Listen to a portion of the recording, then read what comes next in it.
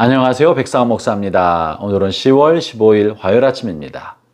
오늘도 신실한 마음으로 하나님의 말씀과 함께 하루를 살아가는 여러분 모두에게 좋으신 하나님의 복되시는 종일토록 함께 하시기를 바랍니다. 하나님은 므낫세와 또 유다 땅에 깊게 배어있던 우상숭배와 악을 하나님께서 싫어하시고 마침내 유다도 멸망시키고자 계획하시고 작정하셨습니다. 그러나 그의 므낫세의 손자인 요시아가 어린 나이에 등극하여 하나님을 경외하고 성경에서 발견된 율법을 따라 대규모적인 종교개혁을 단행하고 겸손하고 진실하게 하나님의 말씀대로 통치를 해나가자 하나님은 유다를 향한 심판을 늦추시고 유보하도록 하셨습니다. 그런데 어찌된 영문인지 이런 신실한 군주, 하나님의 말씀대로 살고 겸손하고 진실하게 살았던 요시야 임금에게서 그에게서 난 다음 때 임금인 요시야의 아들들은 그 아버지 요시야처럼 하나님을 경외하거나 진실하고 겸손하게 하나님을 따르는 그 길을 가지 아니하고 그의 조상, 그의 할아버지와 증조 할아버지인 므낫세 악을 본받아 악을 행하고 불순종과 거역의 길을 걷게 됩니다. 그러자 하나님께서는 다시 한번 유다를 향한 심판의 수레바퀴를 돌리고 계셨던 것입니다. 그리고는 마침내 이제 유다 나라의 마지막 임금 시드기야 왕까지 왔습니다. 시드기야도 역시 요시야의 아들 중에 한 사람이었습니다.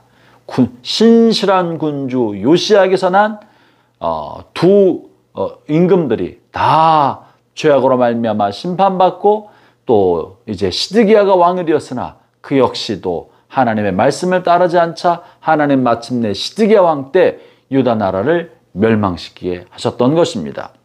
오늘 본문 25장 1절은 시드기야가 왕이 된 배경을 왕이 되고 나서 일어난 일을 언급해 주고 있는데요. 제가 읽어보겠습니다.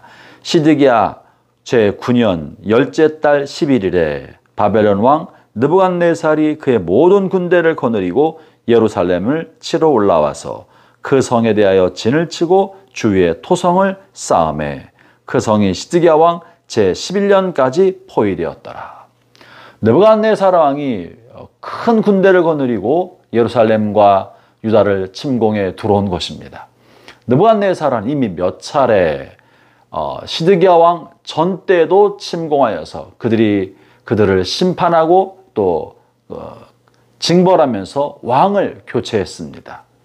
시드기야 전 임금은 시드기야의 조카였던 여호야긴이었었는데 그를 폐위시키고 예루살렘에서 바벨론으로 포로로 끌고 가고 그리고 여호야긴의 숙부이며 요시야의 아들 중에 한 사람이었던 마따디아를 왕으로 세우고 이름을 시드기야로 바꾸게 합니다. 결국 요시야의 아들이었는데 바벨론 왕 느부갓네살에 의해서 즉위된 사람이죠. 이렇게 바벨론이 느부갓네살 왕이 시드기야를 즉위시키고 바벨론에 대하여 반기를 들었던 여호야긴을 포로로 잡아 바벨론으로 데려간 이유가 뭡니까? 그것은 아직 심판하지 않고 유다가 친바벨론적으로 남아서 바벨론에게 조공을 바치고 순종하고 따르기를 바랬던 것입니다. 시드기야 왕은 재위 기간 동안에 그 곁에 예레미야 선지자를 두고 종종 예레미야 선지자에게 조언을 구합니다.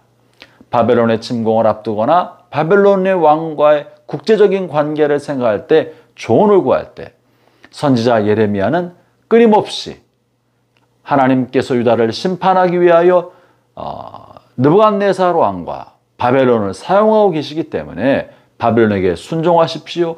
항복하십시오. 저항하지 마십시오. 이것은 하나님이 유다를 심판하기 위하여 그들을 쓰신 것이기 때문에 순종하고 복종하여 혹은 바벨론으로 포로로 가서라도 복종하고 따르십시오라고 거듭거듭 조언하고 하나님의 뜻을 전합니다. 그러나 시드기야 임금은 이방 임금에게 복종하여 따를 수가 없었던 것입니다. 만약에 그가 저항하지 않고 복종하고 나라를 포기하고 항복한다면 이미 느부갓네살에 의해서 포로로 잡혀갔던 유다 백성들이 나라를 버린 시드기야 왕에 대해서 돌을 던지지 않을까 두려움이 있었던 것입니다.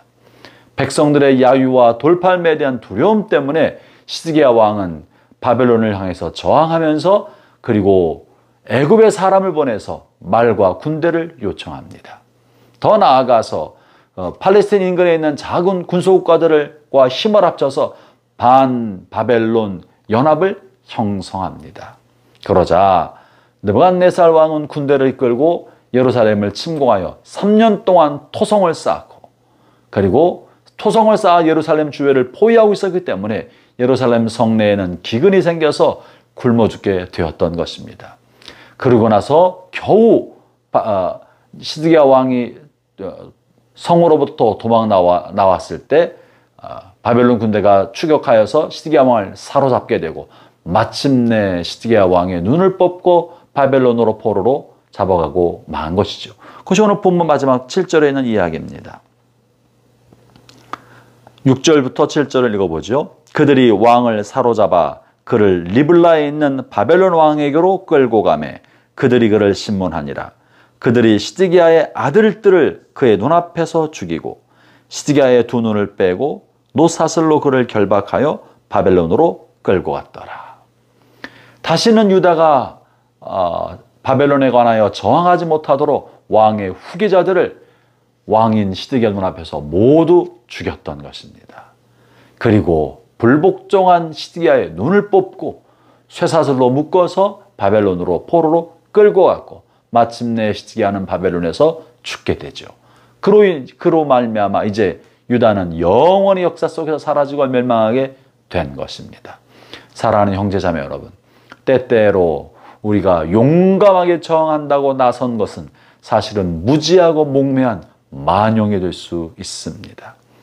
악에 대해서 저항하는 것이 능사만이 아니라 하나님의 뜻이 무엇인지 알고 그 하나님의 뜻에 순종하는 것이 합당한 것입니다.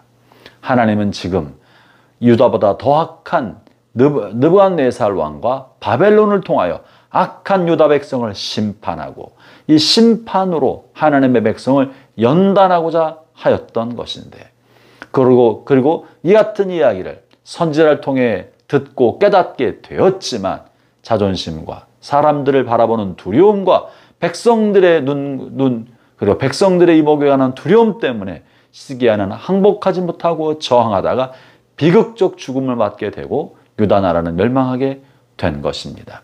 형제자매 여러분, 심판과 징계를 피하는 것만이 은혜가 아니고 심판을 받아들이고 징계를 받아들이고 그 징계로 말미암아 연단을 받아 정금처럼 하나님 앞에 나갈 수 있게 되는 것, 자신을 징계로 인하여 연단받아 깨끗하고 거룩하게 나가게 된 것, 여러분 그것이 은혜인 것입니다.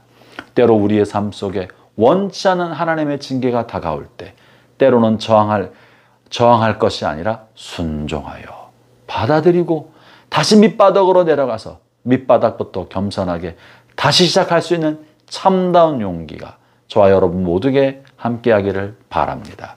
기도하겠습니다. 하나님 아버지 감사합니다. 하나님께서 우리의 연약함과 죄로 말미암아 징계하실 때 하나님 앞에 저항하지 않고 하나님의 뜻을 순종하고 받아들이고 다시 시작할 수 있는 용기를 가질 수 있도록 은혜를 더해 주옵소서. 예수님 이름으로 기도합니다. 아멘.